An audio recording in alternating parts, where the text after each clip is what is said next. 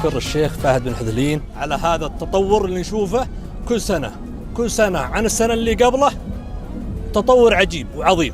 أنا صار علي حادث هنية في الصياهد قبل 4 سنوات، صار عندي إعاقة حركية. أحب المهرجان الطيب اللي على ما قال قايمين به حكومة الرشيدة الله يطول يعني تشوف يا حبيبي يا أخوي الإعاقة هذه ما منعتك في حضور الموضوع؟ ما منعتني لأنك رجال كفو. أهتوي شوف المجاهيم لزان الربيع في نهار ينتعش في السماء سحابته كل سودا ذاهنة توجه مقدمها الرفيع ما دخلت في ساحة السوق مع الجلاد.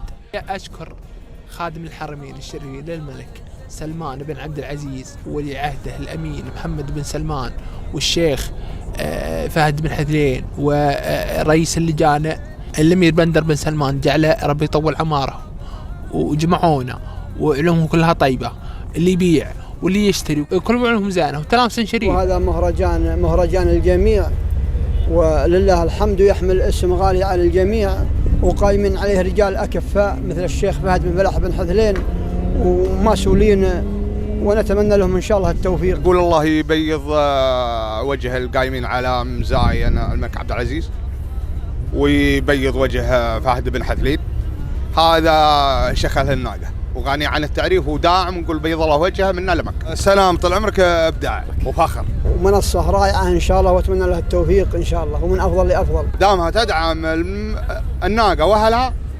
عندنا وعند ثقة تهتم بالموروث الشعبي وبأهل البل